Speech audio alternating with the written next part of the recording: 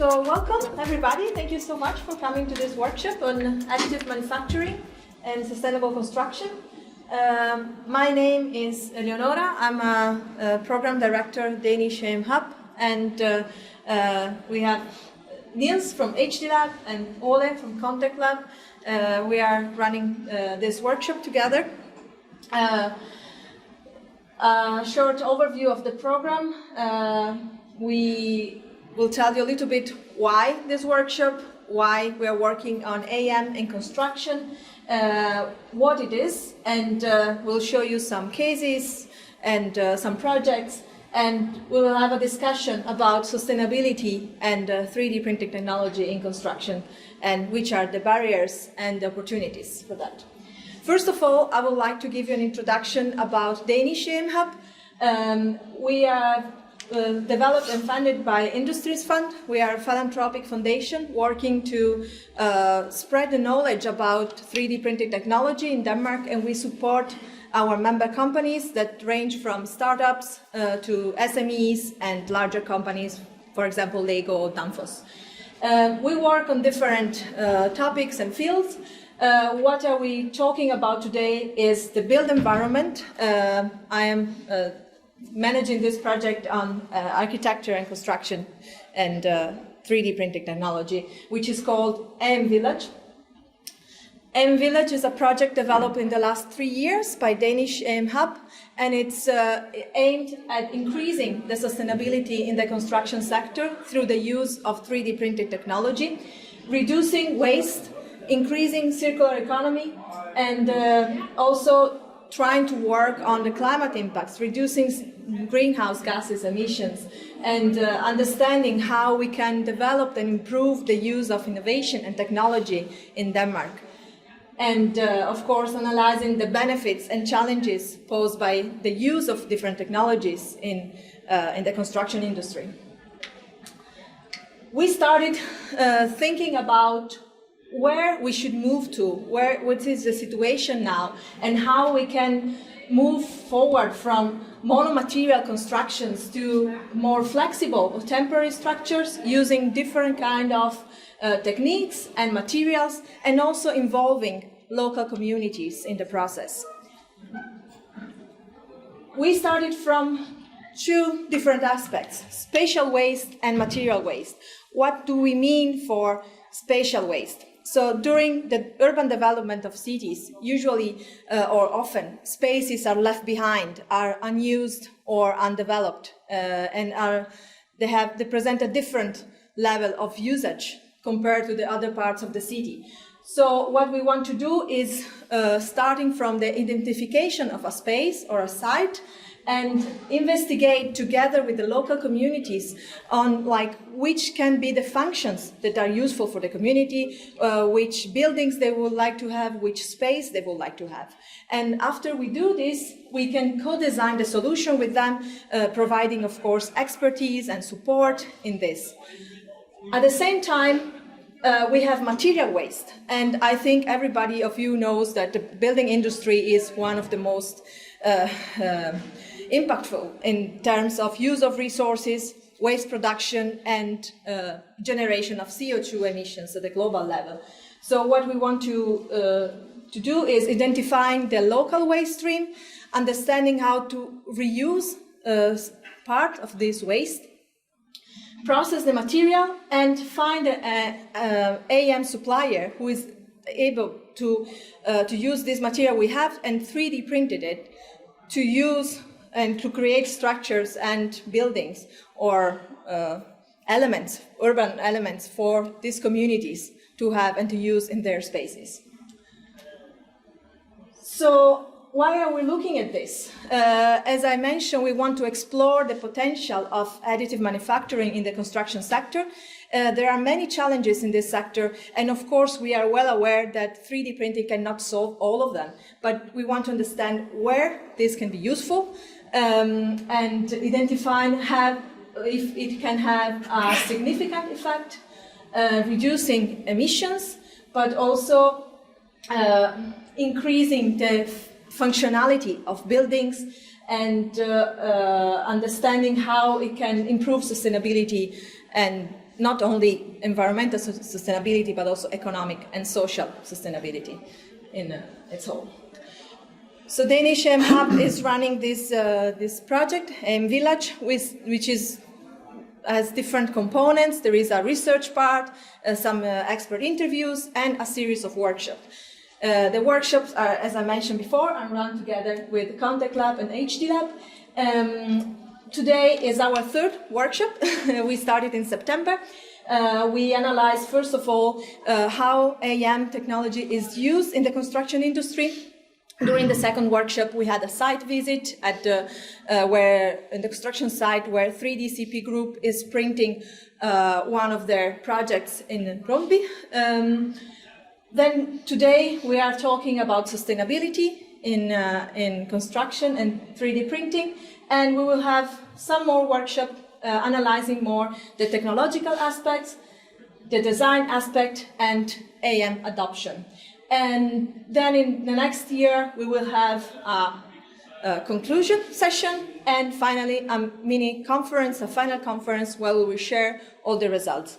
If any of you is interested in participating in this workshop, you are very welcome. You can get in touch with us, and or just follow our LinkedIn pages, and you will find information about this. And during the final conference, we can share and provide an overview of all our findings. So the target groups of these workshops are architects, engineers, but also companies, contractors, organizations, and researchers, professors in academia, because we want to have also a feedback from all the people working in the construction industry. And if some of you are not within these sectors, is totally fine, and we are very happy to understand which are the concerns also about the use of 3D printing technology, and the doubts and suggestions, of course, how to move forward. And I will leave the word to you. Thank you. Let us know if we have to speak up, and we'll, it's very bright. We will try to be able to make sure that you can hear us all the way in the back. When we talk about additive manufacturing, it's a very specific way of producing things. Most people also know it as 3D printing or something like that. But it's when we layer materials on top of each other to bond into making components or buildings or whatever it may be. And it comes with a number of benefits, but it also comes with added complexity sometimes. So, but the typical steps, it's a different way of working than what we're normally used to in construction. But the first thing we do is we build 3D models of the component we want to do. Often we can use generative or parametric design to optimize this. And then we take the models and we slice it into thin pieces, and we make that into a path for the 3D printer or doesn't matter if it's small or big. And then it gets like you would have a CNC machine. Here it gets a cutting path where it can go out and put material on top of each other when we print it. And we can use a number of different materials, plastic and metal and compound materials. And then in the end, there's a post-processing before we can release the product or the component. So a lot of the time when we talk about 3D printing or additive manufacturing, we are focusing a lot on the printing part. But it's actually the design part is fairly complex as well. And the post-processing part is a lot of work. So I don't know if any of you have your own 3D printers at home, but you may have the idea that you could print something and just take it out of the chamber and then it would work, but you find out that there's actually a lot of work to clean them and to take grates off and to make them useful. So there is a bit of carpentry work or cleaning work left to be done.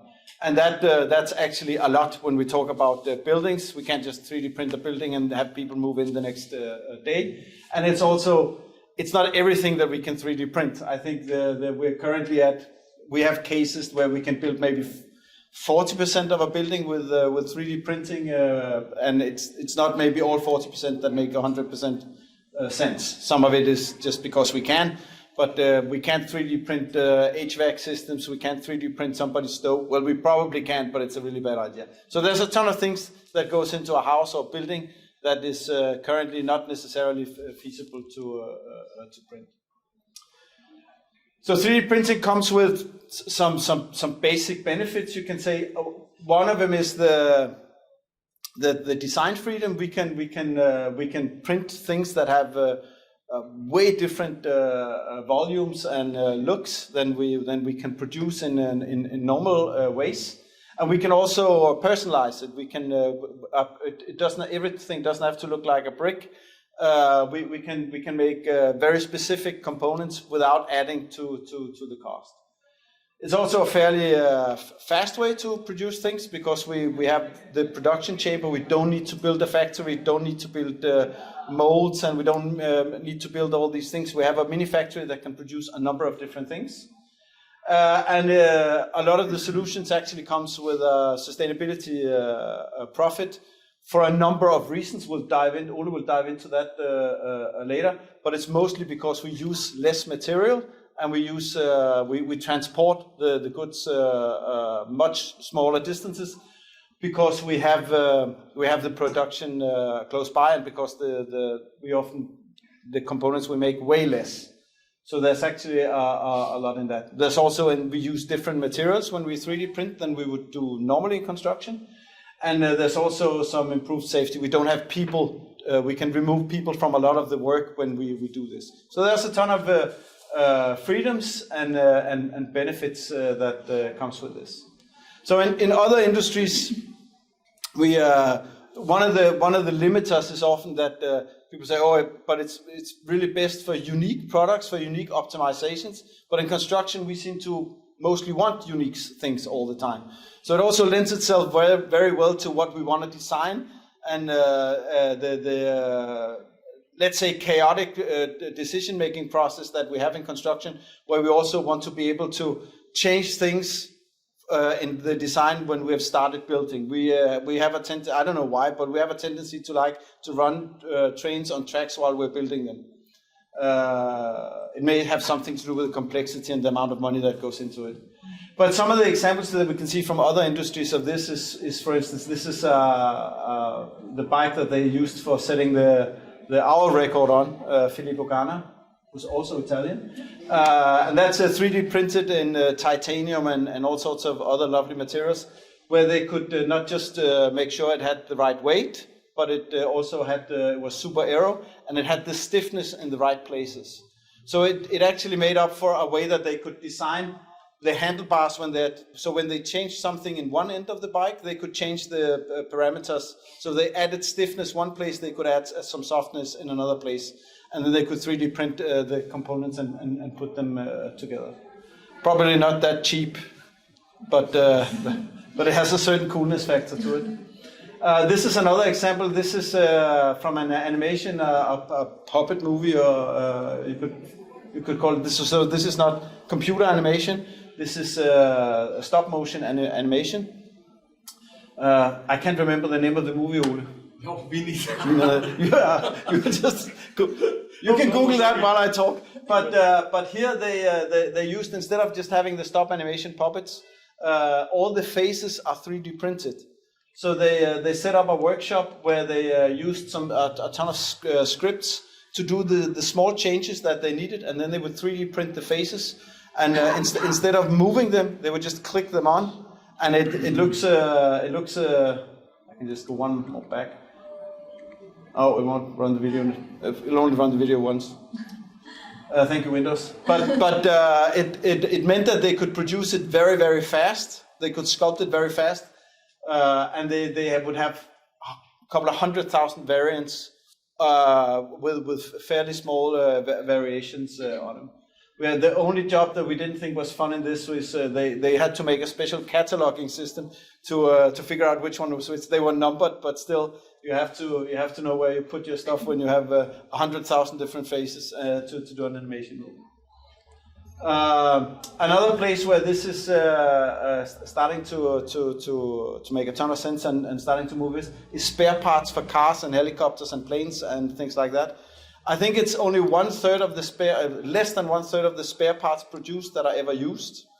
Because if you do a muffler, if you do like an ashtray for a Peugeot or something like that, they change it every couple of years.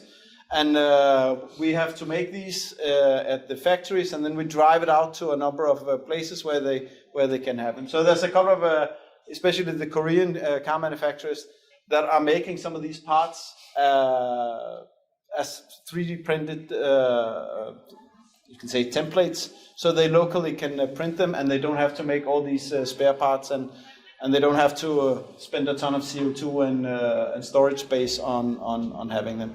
It's mostly the smaller parts for now, but it still makes a lot of sense. It means that when they design them, they have to make sure that they're 3D printable, but it's still a pretty good idea.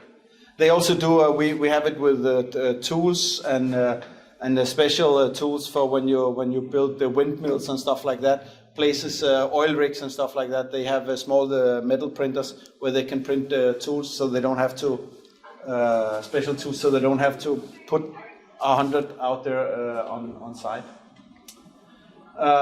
There's also a number of materials that are becoming more and more interesting that we can put in here. It's they 3D print with old fishing nets that they make into a granulite, and then they put it into the printers, and they can make. I think they mostly use it for art stuff and all that. But it's still and we have some other examples of this as well. But there's the whole material side to it as well, that we can, with 3D printing, we can use other materials than the traditional materials for building. Yeah. And we have some case studies here for you, just to give you a very quick idea of different materials that are used right now in the construction industry.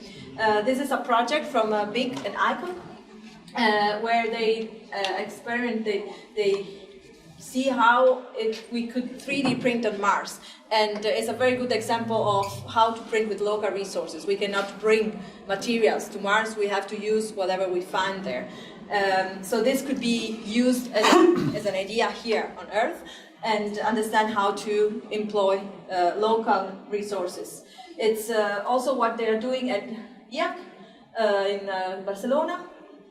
They have this project where they're printing with clay. It's a local material and local craftsmanship, zero waste and almost no carbon emissions for this project. They are developing many different projects using these materials, and there is a huge research going on this. Another very interesting field is 3D printing with living organisms or biomaterials. We have just a couple of examples here. On the top, columns printed with recycled materials, waste, coffee cups, cupboards, where mycelium, the mushroom, can grow inside, like all around these materials. And then on the left bottom, we have 3D printing soil with seeds. It's a living organism that we can print, and we can see how it's developing and changing in time. And on the bottom right, we have a project from Neri Oxman. Is a 3D printed pavilion with all biomaterials. So these are just a few examples of what we can do. And of course, we have 3D printed concrete, which is the largest material, largely used in construction right now. There are different projects going on in the world. Two Danish companies are, Cobalt is the world leading in the 3D printers. They work all over the world, and in Denmark, the only company which is using Cobalt 3D printers is 3DCP. We went a couple of weeks ago to see their construction site here in Denmark, and we see how traditional construction can be made with 3D printing technology, how they can be different, and how the shape can be different. But also there are many other projects in concrete. For example, on the bottom left, we have a project from ETH Zurich. It's a very thin concrete slab. They are working a lot on how to save material, how to use only the right amount of material to produce these structural elements, which are as thin as possible, but also very resistant, of course. And another example of another kind of structure in concrete is a very light pavilion, very low use of material, and of course it's not residential, it's not, it's a pavilion, but it's just to give an idea of what can we actually do, how we have this freedom of shape also. And I would like to give you a quick overview of a project we developed together with big architects and engineers. We presented this pavilion at the UIA World Congress of Architects in Copenhagen in July. It's a 3D printed pavilion in recycled plastic where mycelium can grow inside the structure itself. So it's an innovative pavilion because we wanted to put together different kinds of materials, reuse materials from the local waste stream, but also growing biomaterials in it, and see how this can react and how it can be used in the future. The main three characteristics of this project are very fast production, it's very light. This pavilion is made of 32 arches, I will show you later. Each arch weighs 50 kilos in total.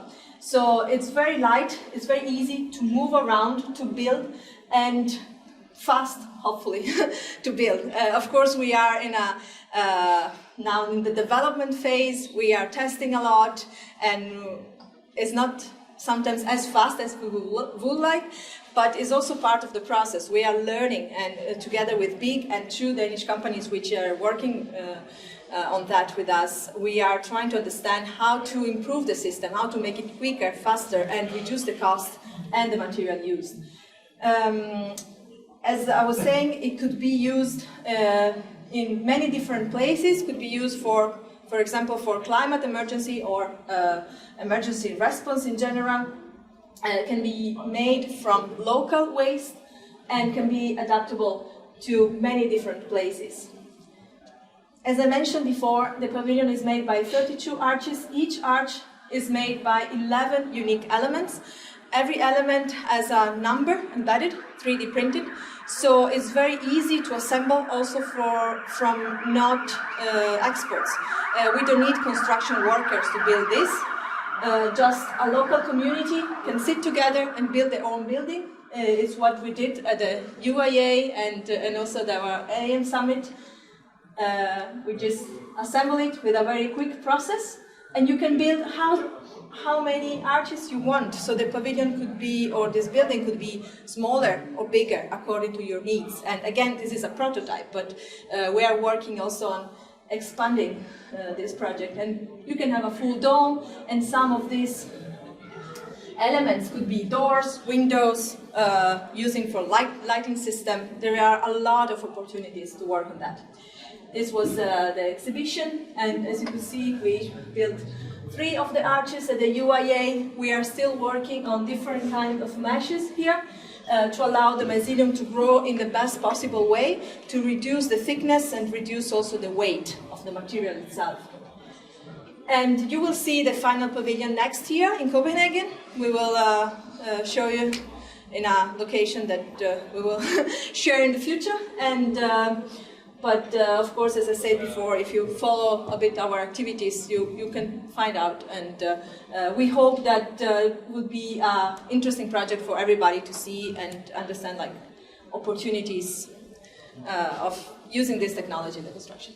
So it is a bit of a moonshot project. Yeah. When they presented it, I just finished the TV series The Last of Us. So, but they bake the mycelium, so it's dead when we Yes, yes. So you don't have to be afraid that you'll be turned into a mushroom. Very good point.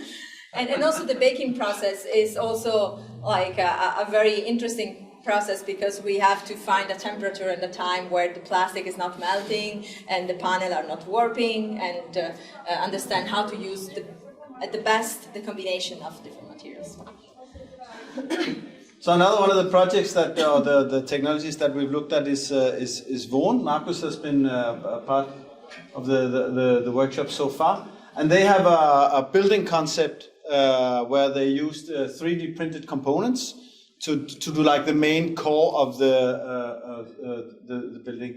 it would be awesome if they were here today, but they couldn't make it. So you have to do with my presentation. But they have made some standard components that you can use like Legos to put together a number of different sizes of dwellings. So they're like major building blocks, and they make them in a factory, and they can of course make them specific for the purpose. But there's something about the scale of them and the having to do the math on them, that where it makes sense to go in and produce them as modules. But they have a number of modules. They're fairly fast to produce these, and they don't weigh that much, so they're easy to transport and set up. And then they made a couple of designs. I only brought one, but they have a 1-bedroom, 2-bedroom, 3-bedroom apartment. So this is what it looks like when they're assembled. As you can see, it's not a lot of materials that goes into it if you compare it to what we would normally do with concrete. And they can actually be deconstructed and put together again. So it is a bit like Legos, and be moved because they don't weigh that much. So if you want to do something different with it, it has that resilience in the design of them. So it's made, and that's the maybe controversial part, but it's made with waste, and it's made with a composite of waste wood and waste plastic. So they granulate the wood and the plastic, and they have a secret sauce that they use to print this with. So it's not completely smooth, but it's pretty close. So they're actually building the houses with waste material that otherwise would be burned or buried or made into plastic bottles.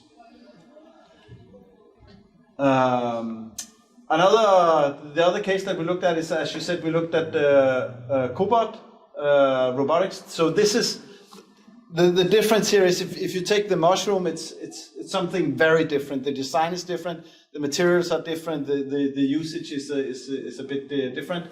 If you look at Vaughan, it comes a little bit closer to what we know as traditional buildings. They're still a bit special. But here what Cobot does is they actually take the traditional buildings, shapes and sizes, and they go in and say, we can 3D print this with less material, we can do it faster, and we can do it cheaper. But they actually can go in and take a traditional design and turn it into a building. So they are on different ranges when it comes to how much we have to break down our traditional design practices in order to enable this. They also have a different range of how much is 3D printed. I mean, in the mycelium case, mycelium is not 3D printed, but the whole thing is 3D printed. When you go to Vaughan, it's a fair percentage, and when we go to the Cobot cases, it's mostly the structural part that's 3D printed. So that's maybe 20% of the volume of the building that's printed. Mostly, this is in California, where they. I think we actually went to see this. Well, I can't remember if you were there, but this is some of the emergency housing that they did after the big fires they had. They had to get people some housing, and strange enough, people didn't want that many wooden ranch buildings, but would like something that was in concrete. So they could build some homes pretty fast, and people didn't care that much about whether the static shell looked like the neighbors. They just wanted the roof over their head that didn't suck. They have a ton of projects. If you go back to, I think the interesting thing about this is they actually have history on this. They've been building this since 2016-15, so they have 8 years of commercial history on this. Most of the first stuff they did in the 70s and 80s were like demo buildings, were like things that, and some of them have been taken down, but they were built for fairs or as experiments. But as you progress, they actually have houses that are being built and being lived in as commercial buildings. They have a strong partnership with Perry and I can't remember the concrete company. Yeah, never mind. But they have with a concrete supply, so they also use a special concrete for this. They're also working in Asia, where they are building groups of houses for people, and the great thing there is they can go out and build these houses where there's no infrastructure, because they can get in very easily to build. Oh, look there! I didn't notice that before. They also did the furniture. That may be a questionable idea. And then they have done a ton of work in the Middle East. I think the Middle East are where this type of 3D printing of building is the furthest ahead. If you go to the internet and look at the cases, they're the ones who have the most. They're also the ones who have the ugliest buildings, if you ask me. So I understand and that's a personal thing, but I understand the resentment from some architects when they look at these 3D printed buildings and say, is this what we have to, contend with? But we can make a lot of different designs with this. So this is one of the recent projects. And the interesting thing about that is not the sunset, but that they actually 3D printed it at height. So that has been one of the limitations before, is getting buildings that were 2 or 3 stories tall. So we've mostly been able to 3D print one floor, but now they have the materials and the technique to actually go up higher. So we can do 2 stories, and we can do fairly far also, and there's a lot more flexibility in it. Yeah, we, as I mentioned before, we went to visit their construction site during the last workshop, and it was very interesting because while we were there, in 1 hour more or less, they managed to print this size of the building. It was like almost 40 centimeters of the wall, 40 or 50, and it was very safe to be there in the construction site. There is only the printer moving around. There is no actual risk to say, of course, outside, not where the printer is running, and it's very fast, and it was very good for us to understand how they are printing, how a wall looks like. They will just put insulation in between the 2 external walls, and some structural reinforcement. For example, here, as you can see, they have to use regular concrete pillars not for the resistance of the material itself, but as from 3DCP they explain, regulations are not ready for this kind of structure. So even though it could really stand and be structural sufficient like this, it needs to use concrete pillars to comply with the regulations. So, and this is a very interesting aspect for us, because we are trying to understand where are the limits, and of course readiness of regulation to different technologies. It's one big point where we want to know more and understand how to move forward for that.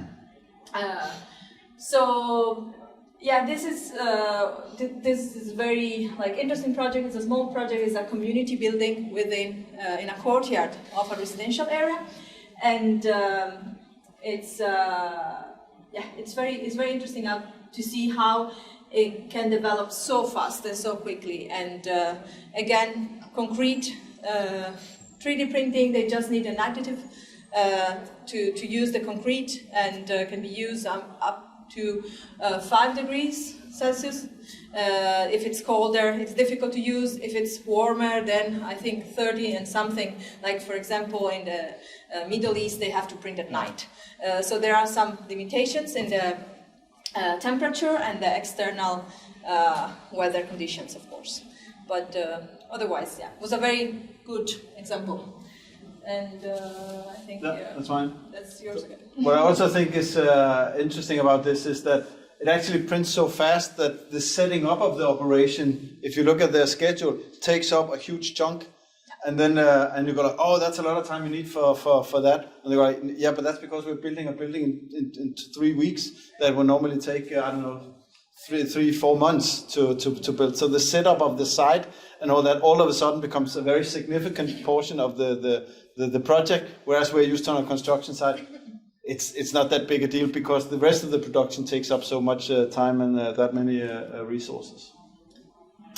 We just wanted to bring also that one thing is 3D printing the whole buildings, but the 3D printing of components is also something that's being deployed right now. This is a very cool example from a bridge in Holland that is made with generative design and optimized for weight. I can't remember how much it weighs, but it's literally nothing, and it's a setup for being 3D printed. It could actually have been 3D printed in place, but we're back to the regulations wouldn't allow you to 3D print. It's a metal print, so it's like a welding robot that just adds a piece of metal all the time. And they also try to put in a little bit of what we call adaptive design. So as it sits on the end of it and prints, it also gauges how much it pushes the momentum and how much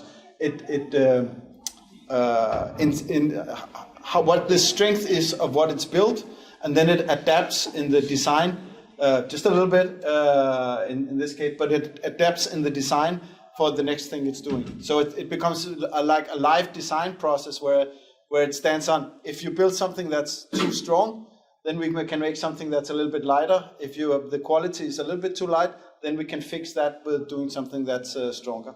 So in that way, we end up being able to make something with maybe 10 or 5% of the materials that has the proper strength and all that. It looks a bit alien. I don't know why every time we use generative design, it's like looking something that H.R. Geiger designed for the Alien movie. But I actually talked to the designer a couple of years ago, and he said maybe it's because nature is a very good designer, that when we design these things to be optimal, they end up looking like the body of the carcass of an animal or a tree or something like that. Maybe it's because nature is a super good designer. They had a couple of million years to learn how to do all this. There are other 3D printed components. There are 3D printed. I think the one in the middle there is quite interesting. That one they also have in San Francisco at the Autodesk lab, where they've designed a hub, and that means that you can go in and you were there. Yeah. So Thomas knows I'm not lying that much. But all depending on the loads of the different beams, then you go in and specifically design the hub, and then you print it for that specific purpose. So when you have like a network structure, it may meet the geometric requirements, but none of them look the same because they're all specifically made to use a minimum of material and to have the exact static properties that you want. And they don't look super pretty, but it doesn't matter because you can't see them once the building is up. The other one is from Arup. They have a building system where they try to optimize the amount of materials they use, and you can see how they iterated their way into something that used a lot less material and could then be 3D printed. What they also did was they ended up finding out that they could actually 3D print in carbon the shape, and then they could use classic molding to build these. So you didn't have to 3D print them, but using the 3D printing methodology and using generative design, they could actually reduce the materials that they spent drastically in this case. Okay, so this is a fun slide. So when we look at all these cases and all these things that we can do with 3D printing, we map them against a lot of the challenges that we face in construction. And it's almost depressing to go through all the AEC challenges, but I'll just run through them quickly because the additive manufacturing can actually be the solution to a number of them. So one of the things, we don't have it as much in Denmark, but if you look out into the world, and especially Asia and the US, there's a huge lack of qualified labor. And if we are looking ahead to, we're still going to build more, or at least have more activity in construction. It's a growth industry, and it makes up right now somewhere between 12 and 15% of the GDP in most countries, and it's in growth. And we have a decline of people wanting to work in construction. Then we're going to need some solutions where we can build more with less people. Another thing is we have a radical need to have, and I'll bundle some of these together, to fix project delays, quality, and the cost of projects. KPMG, they did a study where they found that 50% of all projects globally are overrun with a minimum of 10% on time or 10% on budget, or has 10% poorer quality than was written out.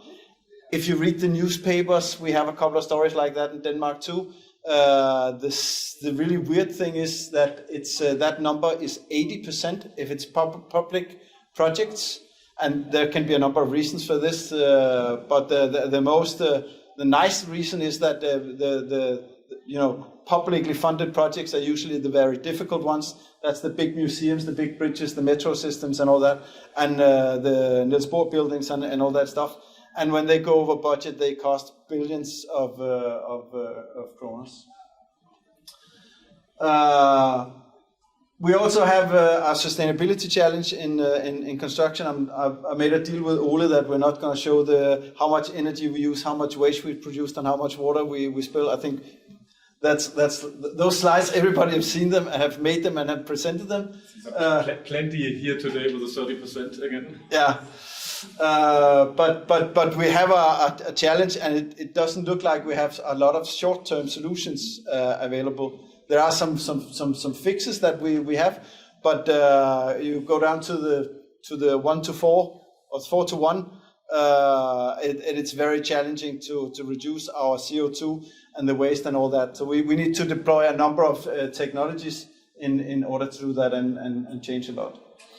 And then there's the complexity of construction. It is one of the reasons that they sometimes run over and we have problems. It's perhaps also that maybe it is difficult to build buildings and bridges and metros and highways, and it is connected with risk. But we have to really reduce that as well. So there's a number of challenges, and additive manufacturing and the design practices that comes with that, and actually maps on very nicely on a lot of these. Yes, which leads us to that we have been doing the talking for 45 minutes. It's really when you get just a lot of light in your head when you get light out of your ears when you look into it. Yeah. Now, basically, we want you to discuss about sustainability and where you see 3D print improving sustainability. If you need, we have a few post-it notes and a few pens and everything for our workshop kit over here. Or we can just scream them out. Yeah, if you want to. I mean, but take a minute, say hi to your neighbor, and based on all the stuff that you have heard, where do you see the potential to deliver something that is a little bit more sustainable than the traditional way of delivering buildings?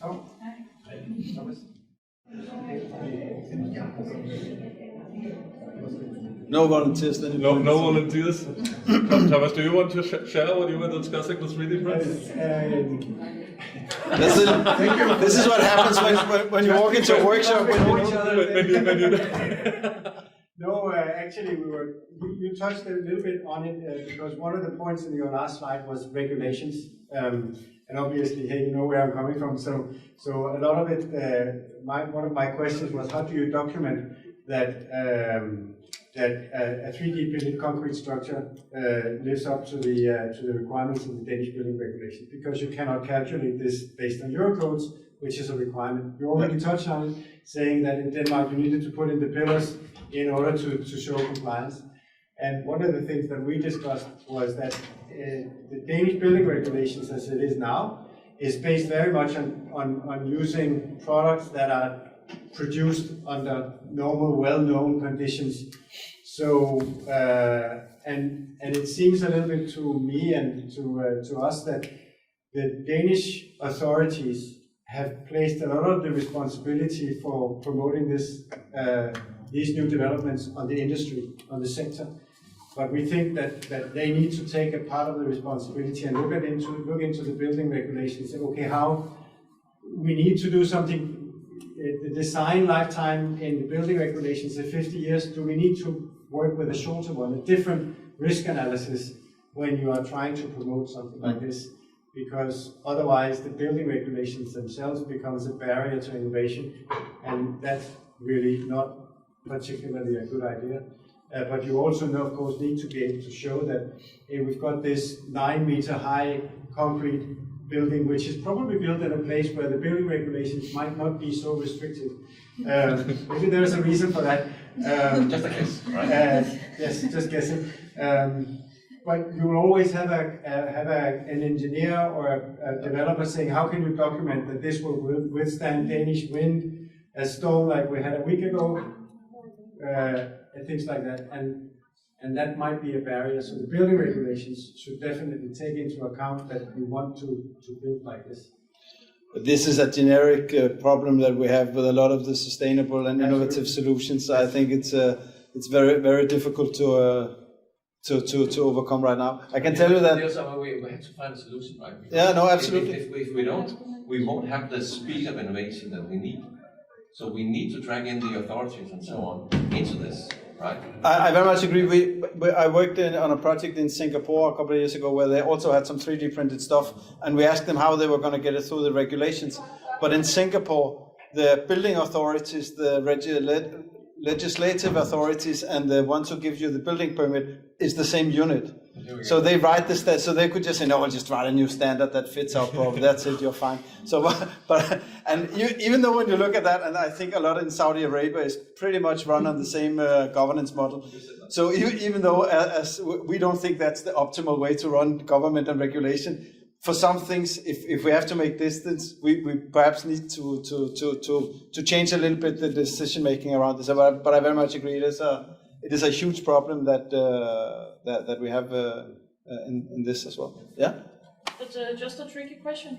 How do you think you can start this revolution? Because I've been like on grid build for the past 3 years, and I haven't. And I also work with sustainability and legislation, even from the school. And that was a problem since 2019 or something like this. And it's a lot of talk, but I don't really see a big movement or a big step. How do you think you can open the door at some point? I personally, I think there's a couple of ways into this, and I think one of them is actually going the component way. We can. It's easier to get a component through than it is to get a structural building, because it's not regulated by bygningsreglement in the same way. So if we say rather than concrete elements, we'll 3D print some elements, then we can get them through the component. And there is actually standards and legislation that allows for innovative and sustainable components. We just haven't reached a place yet where we have that for buildings. So that's why the mushroom is not a dwelling, because there's no way in hell anybody would let us build that and let people live in it afterwards, because of the legislation, the requirements, right? Even though we can set it on fire and we can let it stand out structurally and all this stuff, the rules are not made for that. But I think component-wise, we can sneak some things in. And if you look at a building, we should go in and analyze that and say, where are the big sinners here? And then try to minimize them, and say where we're using a lot of steel, where we're using a lot of concrete, where we're using a lot of original materials and all that, and see if we with 3D printing can make Lego blocks that are 3D printed that has that. So that's one way. The other way where I think we can get things in is by looking at renovation in a different view. Because today when we renovate buildings, we take a ton of the material out, and I do this as part of our work. We plan how to grind the walls and everything on a building so we can put up new. So if you look at when they renovate buildings, a lot of the times they take them down to the static system and then they rebuild it from scratch. But can we use 3D printing to make something where we don't have to take that much off, but can add some joints or some added structure to it, or make changes to the existing, so we don't have to remove the entire roof and all the walls and all that. So the adaptive design, you can say, is that. So I think that's kind of like the two ways in right now, and then keep pushing the experiments. Yeah. Couple of questions. What about insulation? Concrete is not a good insulator. No. It's very bad, and especially hard concrete. Yeah. And another question is, the Danish government wants to take concrete out of buildings. What are you going to do there? They don't want to use concrete as much. They want to find other materials. Yep, absolutely. Hard concrete. I think 3D printing allows us to use a lot more different product. It's actually not concrete as much as it is the cement they want. They want out. But we can run with other composite materials in 3D printing. We can run with recycled concrete. And if you look to other industries and see how much they can reduce the amount of materials they use, we can do a lot with that. So when you 3D print with concrete, we still over-design and overuse. It's too many megapascals, it's too many cubic meters that we use, but we only use maybe 30% of the amount of concrete that we do when we do normal pouring. I've done some analysis with some just back of the napkin analysis, but we followed 2 projects where we looked at how the megapascals grow and how the volumes grow in a classic construction project. And when you start by drawing on the napkin, we want this bridge, it grows with a factor of 2 to 3 on the volumes and a factor of 3, 4, 5 on the megapascals. So there's also something in the design practices that are inherent to additive manufacturing, where I think we cannot eliminate concrete maybe, but we can take the volumes down and we can take the megapascals down, because we're doing the calculations much closer to the physics calculations than we're doing it to the statics calculations. Can you use maybe like when they started using gas beton, I don't know what it's called in English. It's more insulating and it's lighter and it's. Yeah. Can you also use create a component like that? Or blow air into the concrete. Air into concrete and make gas beton. I don't know enough about the material science of that. How porous a concrete you can work with. Because the problem is it also has to stand afterwards. You can see that outside in the new buildings, Elementer, they all crack. Yep. They all break. That's why we put bricks in front of them so you don't see it. But yeah, the idea is also like understanding which other materials can we use, and maybe not like use one material for the whole building, but different components can have different materials, and use the AM technology only where is actually needed.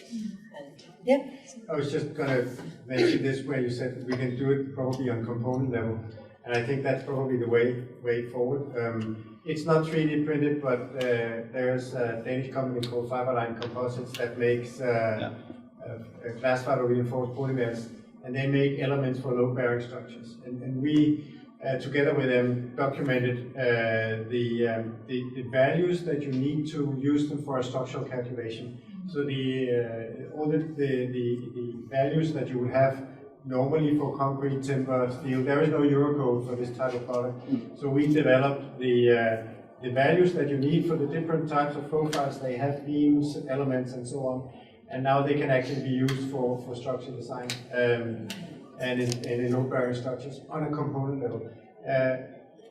They are not 3D printing, but it could be similar. So it is possible to do it on a component level. And I think that is probably the way forward.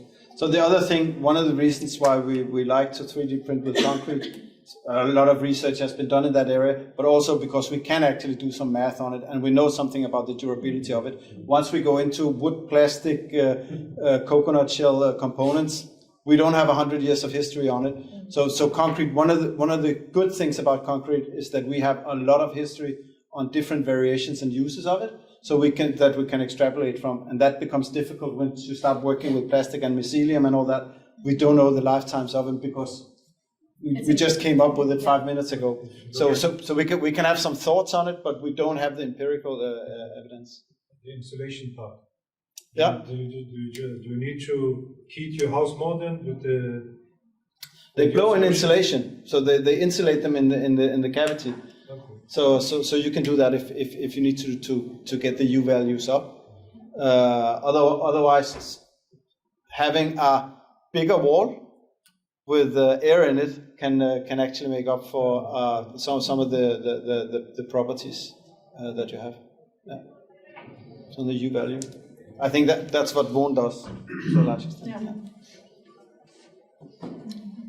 Did you have any other thoughts about the other sustainability components, or how do you think AM can be used to improve the sustainability of the construction sector? Oh. Sorry. Well, I would like to add, I mean, we have biodiversity there. I joined the first workshop, we just touched upon it as far as I remember, but how to combine AM and biodiversity? Because maybe that's a way of getting more positive attention and so on, if there is any feasible approaches there. I mean, I think one of the things is locally sourced materials helps because at least part of the biodiversity loss is in the production place. So if you can 3D print with waste plastic, that somehow also has an impact on biodiversity. And then of course you can also print with materials that could enhance. Yeah, I was noticing this one about grass and and soil. I didn't really grab this concept there, but I mean, you got to print a house of soil and then have. Yeah, that is not really for a house. That were like urban components, for example, for parks and gardens, where you can actually print the soil with some seeds and decide which species and different plants you want to grow there. And of course, it can have an impact of the biodiversity according to what you decide to print with. Bring a dike. Bring a dike for flooding, right? Yeah, that one may be a bit tough. But if you look into the vertical farming part, where they have where they've done some design studies on what's the optimal way to run farming, right? And if we look at the way we run farming today, it's basically sub-optimized for 2,000 years ago how we did it, but it's still the same. You need some land, and then you need to do something to that. But with the vertical farming, you can go out and you can design for different crops the conditions they need, and give them optimal conditions, and make like something that's actually better for growing crops than taking a forest and taking it away and trying to grow aubergines there, because that's not necessarily the optimal. So there are some. I think the design freedom with this allows us to do more for some of the biodiversity. That's interesting. Yeah. I can tell you, we did the math on some of the 3D printing back in Regeringens Klimapartnerskab. I'll tell you all about that over a beer someday, how much fun that was. But the movement of materials was one of the first benefits you would get, because if you track how much we drive concrete, cement, water, and concrete elements and steel around, from Germany to Denmark and from Denmark to Spain, and from just driving very heavy materials around, the local sourced materials and the just going to 20% of the use of materials has a huge impact on the amount of cars and how much they weigh when we drive them around. So that was actually one of the cheap benefits we could get out of it. Yeah. And in general, I think the design component is very important, because we can produce something which is really targeting that area, that function. For biodiversity, for example, if we want a specific kind of plants or I don't know, crops or whatever to grow there, we can use the right material to help it to grow, but also the right shape and maybe the right system for water retention. So I think the design, and in combination with the material we want to use, can really make the difference if we want to make something which is not standardized, but Makes sense. Anything else you discussed?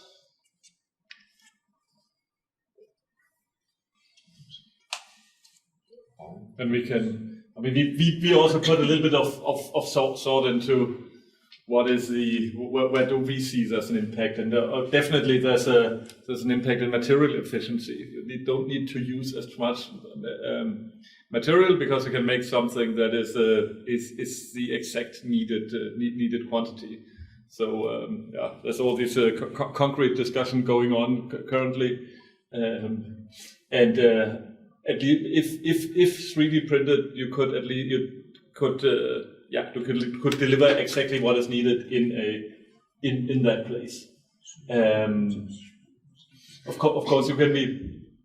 You could design structures that are more energy efficient, also because you, to a high degree, could avoid. And now I'm lacking the English term for kulebror.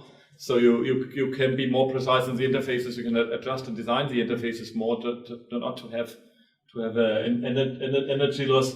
There's what's it called? There's a lot in the transportation. If you 3D print concrete, for example, you don't need to transport all the water that you're also transporting.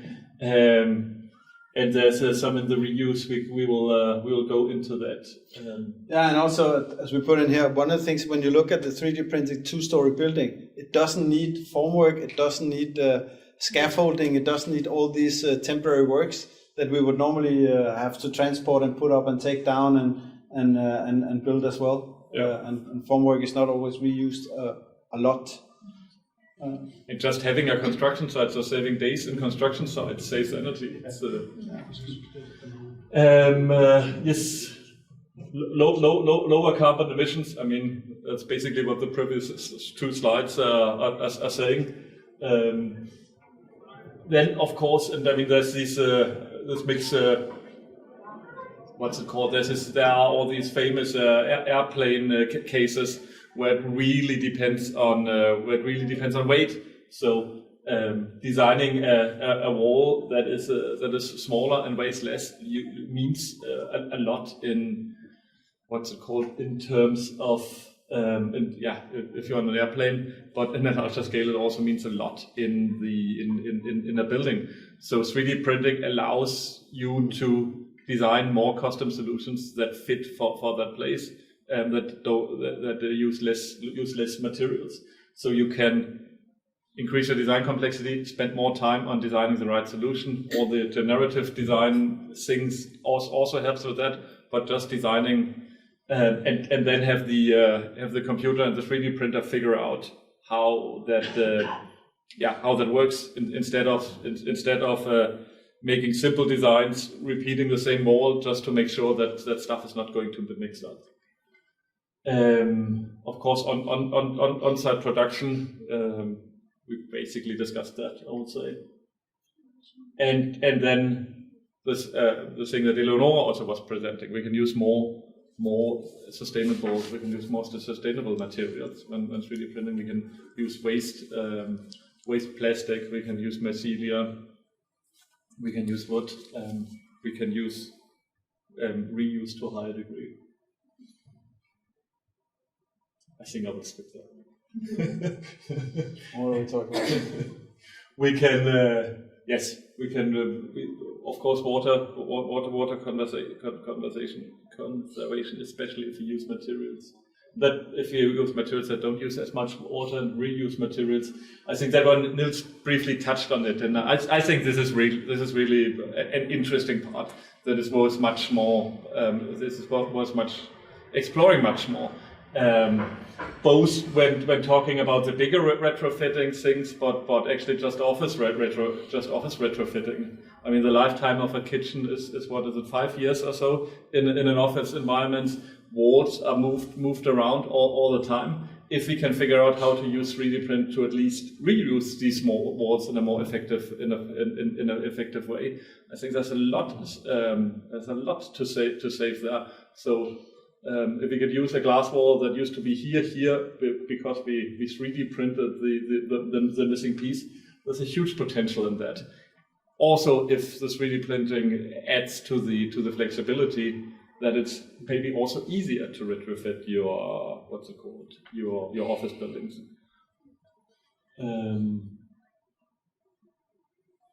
So basically, there's sustainability. There's also a lot in productivity, shorter production time, less waste, less weight to be transported, and which then relates to that we can build our buildings more cost efficient, more with faster building times, less times on site. Has also, I mean, there's also a safety component to it. Yeah. Yeah, but right now it's not cheaper. It's just better, which is the part that's difficult. It's difficult to get people to do something new, and that comes with technical risks if it isn't dirt cheap. So that is one of the problems, is that it's potentially like it is with wooden buildings. They cost a little bit more than the concrete ones, and a little bit more difficult to do the math on. So we've been trying in some of the workshops to also talk a little bit about what will it take to break the barriers to scale this a bit more. And we looked at how widespread 3D printing was, and it's currently a 3.5-ish billion USD business, and it is predicted to grow to something very big over the next 10 years. But if you look at the number 3.5 billion, and you look at how big the global construction market is, that's 40,395 billion. So it's not even a little bit part of a percentage of that, so it's really small. And when we compare it to, we just took the online dating market, which is fairly low volume, fairly high volume, fairly low cost and all that, but that's about 8 billion US dollars that is. So right now the 3D printing of building is about half the size of online dating. Some comparison. No, but it's just to give the scale of it, right? Yeah. And honestly, I think it's also easier to get somebody to invest in a new online dating platform than it is to get them to invest in 3D printing, even though it has actual benefits. Where online dating, I'm still, I'm not sure. But we looked at some of these. We've identified this long list of problems that you also touched upon, and some of the things we see as levers for adoption. It's a number of things. So and they don't all have to be there at once, but we need to push a couple of these buttons in order to proceed. So some of it is more knowledge and more maturity in the value chain. So we need to talk more about this. We need to exploit the cases. Another one is that when we look at the processes of 3D printing, it's a completely new workflow that we have to put in a number of places. And when we compare that to the existing workflows, we can see that it identifies a number of gaps that's being picked up by tradition in the industry. So the design is not fully done when you start building. The contracts are not fully done. We don't know exactly what materials we're going to use. There's a lot of slack in a normal construction process that we just, by tradition, pick up and make decisions on as we go along, where we have to close the gaps when we do it with 3D printing because we can't have any unknowns in that. We also need to work with the aesthetics of 3D printed solutions. There's a lot of people who don't like the sausage look. A lot can be done in the post-processing. And we need to work on the LCA and the durability. We need to be able to do the math on it and have certifications of these things. So a lot of this has to do with more verified projects, that we actually document them a lot better. And that we also look at the logistics processes for it. There's a need for design tools for AM. If you go into Revit or the Rhino or something like that, they're made for concrete elements and glass components and all that. They're not made for 3D printed. You can go into Fusion 360 and design things that are made for 3D printing there, but it doesn't translate into BIM very easily. So there needs to be built some bridges, and we need to have more of the providers and suppliers. It's actually very few. There's not enough 3D printers to build buildings with to meet the demand. So there's a bit of slack there right now. We also need improved muscle. We need people to invest in this because 3D printing compared to craftsmanship requires an investment in printers and design tools and all that stuff up front that needs to go into a number of projects. So it's a little bit like robots, well, because they are robots, I guess. But we need to do some investments, whereas if you want to build something, you can just call a carpenter and you don't need an initial investment. We don't need to invest in getting carpenters there. The society creates them with education and jobs. But with 3D printers, it's different. We need somebody who invests in that.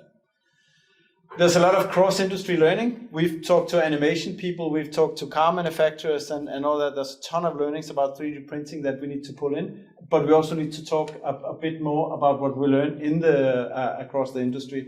And then last but not least, we need to recruit some more talent and some more innovative people in construction, because it's the same people we see every year, and there's too many of the others that just want to do what they did 20 years ago. So we need to get some people from the IT and from other industries in here to work with it. And honestly, additive manufacturing could be a way to get some people from other industries to come in and work with construction. Yes, that's our time. We're 2 minutes over. We owe each one of you 2 minutes. But thanks for coming. Check out the AM Hub on LinkedIn. We'll post a ton of stuff there, and I hope to see you as we progress with all of this. Thank you very much.